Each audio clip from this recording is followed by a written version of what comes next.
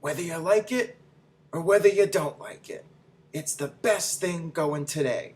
Learn to love it. Woo! Okay, enough with the corny stuff. Welcome to NoDQ&A video here on NoDQ.com. Last night was a very eventful Raw. I did a quick video with my thoughts. Check that one out on youtube.com/NoDQ&AV. But right now, let's get to your questions. Hey Aaron, do you see Mason Ryan coming back to assist CM Punk in his feud with Kevin Nash or Triple H?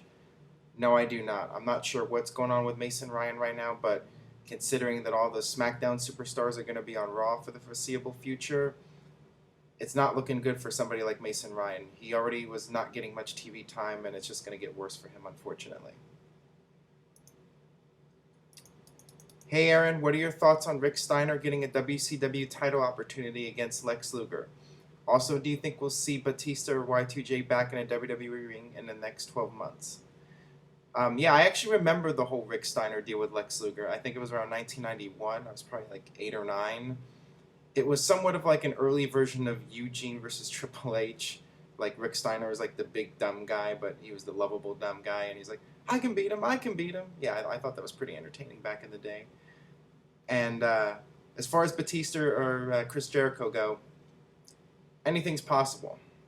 With Chris Jericho, I would say maybe Batista, probably less likely, but you never know what's going to happen with those two. They could be back at any time. It all depends on if Vince McMahon calls him up and wants him back bad enough and he's willing to throw out the money to them.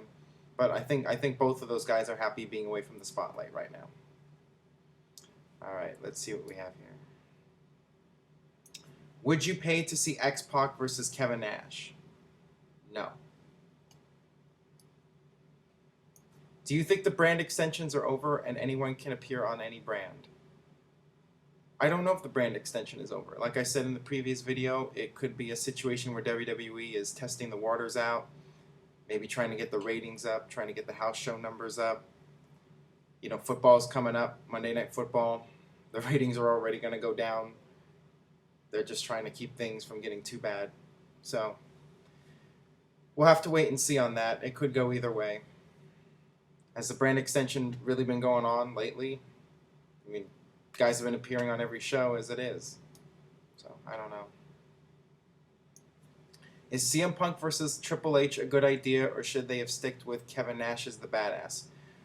Well, the big news going around, the word going around is that Kevin Nash was not able to pass a physical. I guess they do a physical before you can actually get in the ring, and for something happened with Nash, and I guess he's not able to wrestle.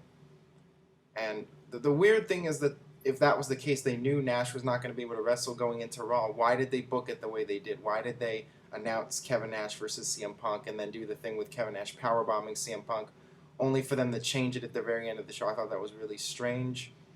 There's no good reason why things are going the way they are. I don't know. But yeah, I mean, CM Punk and Triple H has always been the long-term plan. So I mean, that in itself is a great idea.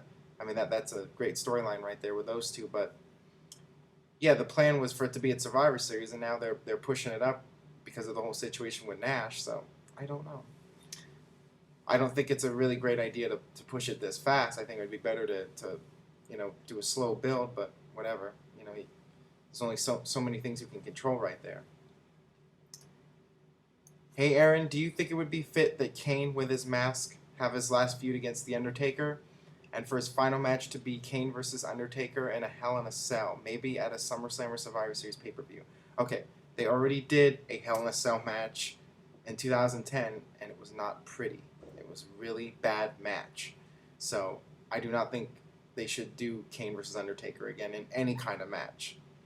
Like I said in a few days ago on the NoDQ&A video, if Kane has his last match, and it'll probably be against somebody like a Mark Henry, somebody like a heel on SmackDown. It's not going to be a main event match, especially Kane versus Undertaker. I just don't see them going back to that again. Especially, I don't really want to see that match again. I'm sure a lot of people don't. Do you see Justin Gabriel as the next Jeff Hardy-ish character? What is he going to start? Is he going to start face painting himself and doing the whatever it is? I don't even know. His tweets are philosophical and is getting over with the fans quite well. Well, this is news to me. I did not know that. Why is it that TNA does not push Matt Morgan? He has the potential to have great matches, such as the match against Kurt Angle. So what's up with TNA and not pushing him?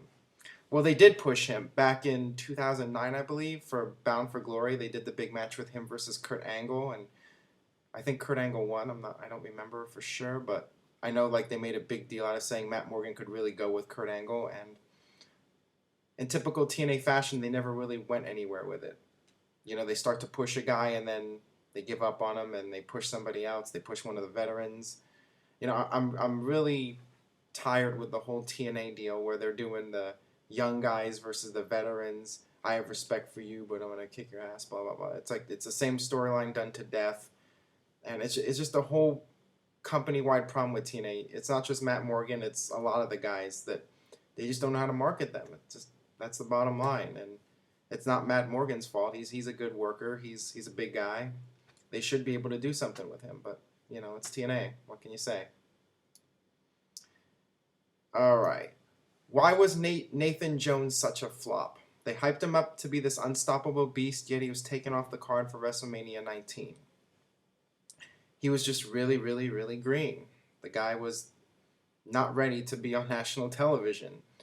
And I guess, you know, the whole deal with him was because he was brought up too soon, brought up to the main roster.